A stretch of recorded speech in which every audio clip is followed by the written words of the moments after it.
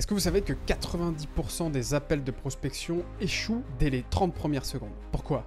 Parce que les prospects n'accrochent pas. Aujourd'hui, je vais vous donner toutes les clés pour faire une bonne première impression irrésistible dès les 30 premières secondes. En appliquant ces méthodes, j'ai pu multiplier mes taux de rendez-vous et surtout remplir mon agenda de prospects qualifiés. Tout ça juste en changeant uniquement mon approche des 30 premières secondes. Je m'appelle Anas, je suis cofondateur de Leadpanda. On accompagne nos clients dans de la prospection téléphonique, alors prendre des rendez-vous qualifiés directement sur leur agenda. On les accompagne également à travers du coaching des commerciaux dans la prospection. Donc, sois sûr de bien télécharger la mine d'or qu'il y a dans la description où il y aura un certain nombre de ressources qui seront utiles pour ta prospection, mais également si tu tiens à soutenir le projet, à t'abonner à cette chaîne YouTube pour ne manquer aucune vidéo et surtout à mettre un petit pouce bleu et donc un like sur cette vidéo. Ok, on rentre dans le vif du sujet. Vous avez fait un appel de call calling, sauf que ça s'est mal passé. La personne vous a raccroché au nez. Peut-être que vous n'avez pas fait attention aux 30 premières secondes. Les 30 premières secondes sont hyper importantes dans la prospection. Elle définit à votre interlocuteur et à votre prospect si c'est intéressant pour lui, s'il a du temps à vous accorder. Donc c'est hyper important de lui faire comprendre que vous êtes la bonne personne. Et donc, comment vous réagissez face à une personne qui vient et qui vous parle dans la rue alors que vous ne la connaissez pas? Vous allez prendre 5 à 10 secondes pour savoir si c'est pertinent, intéressant pour vous et si vous allez y accorder du temps. Okay. Donc c'est exactement pareil en prospection. La première des choses à faire, c'est d'avoir un ton qui est confiant, assuré. Vous êtes quelqu'un de confiant. Vous voulez transmettre un message, mais de la manière la plus confiante possible. Pas trop non plus, mais il faut l'être pour justement faire comprendre à votre interlocuteur que vous avez confiance en vous.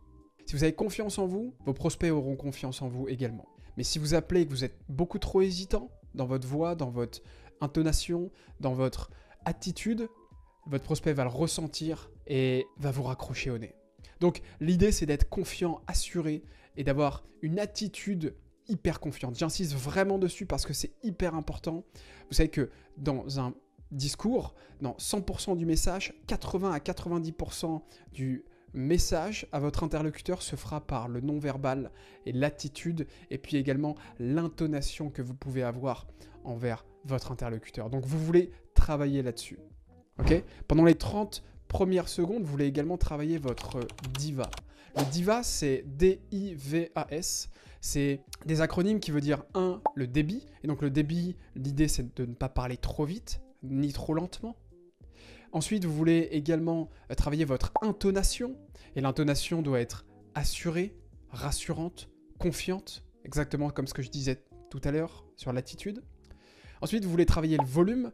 Vous voulez pas parler trop bas, ni parler trop fort, et donc avoir le bon volume qui vous permettra d'être compris par votre interlocuteur.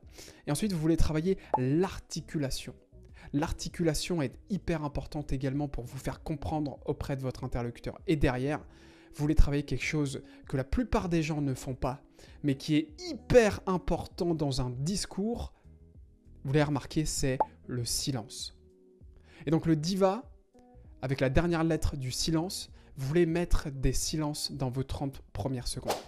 Le silence, qu'est-ce que ça veut dire? Ça veut dire que vous êtes quelqu'un d'assuré, de confiant, quelqu'un qui pose son discours et qui laisse digérer l'information à son interlocuteur. Si vous respectez le diva pendant les 30 premières secondes, vous avez réussi votre appel pour la suite. Donc, moi, je commence tous mes calls en disant bonjour, je suis Anas, Anas Chakri, je suis cofondateur de Leadpanda.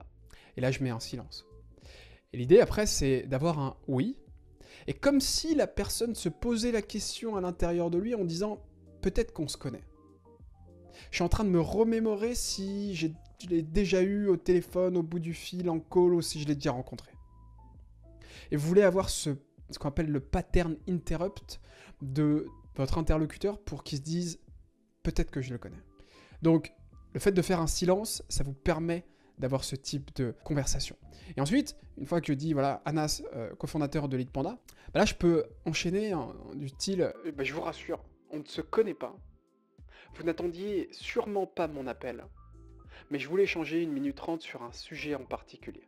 Donc vous avez vu que le débit était plutôt bon, il y avait pas mal de silence, l'articulation également, vous m'avez compris, Le volume également était plutôt assez correct. Donc, tout a été travaillé sur ces 30 premières secondes.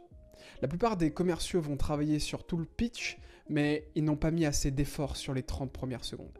Et c'est vraiment hyper important de s'axer dessus, de vraiment valider ces 30 premières secondes pour derrière pouvoir dérouler son pitch. Donc ça, c'est la première des choses à faire, c'est vraiment de travailler sur le diva, sur votre accroche. Et ensuite, derrière, vous voulez également valider si vous parlez à la bonne personne. La pire erreur, c'est de faire son pitch, mais de ne pas valider si la personne au bout du fil est vraiment le dirigeant de l'entreprise que vous voulez appeler. Donc vous avez perdu de l'énergie, vous avez cramé du gaz, et la personne n'est pas du tout concernée, donc elle vous bombarde d'objections et vous raccroche au nez.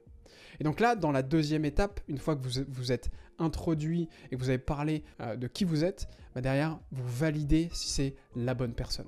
Vous confirmez que vous adressez à la bonne personne. Écoutez, j'ai vu que vous étiez en charge de la partie marketing chez Siemens. Est-ce que c'est toujours le cas? Et là, justement, vous validez la bonne personne, donc oui, ou alors, certains moments, les gens vont vous dire « Bah non, désolé, j'ai quitté Siemens, je suis allé dans une autre entreprise. » Et là, pour le coup, vous avez des éléments de contexte. Okay, donc 1, l'accroche, 2, valider si c'est la bonne personne, et 3, aller sur le pitch. Et je vais parler du pitch dans une autre vidéo, donc n'hésite pas à t'abonner sur cette chaîne YouTube et à voir d'autres vidéos sur le pitch en question que je propose, et qui te permettra d'avoir des réelles conversations, et puis surtout des rendez-vous avec tes clients. Bon, si cette vidéo, elle t'a apporté beaucoup de valeur, n'hésite pas à laisser un like sur cette vidéo, à t'abonner sur la chaîne et également à télécharger la mine d'or où il y a beaucoup de ressources en termes de prospection qui est dans la description de cette vidéo. Allez, on se retrouve dans une prochaine vidéo. Salut, ciao!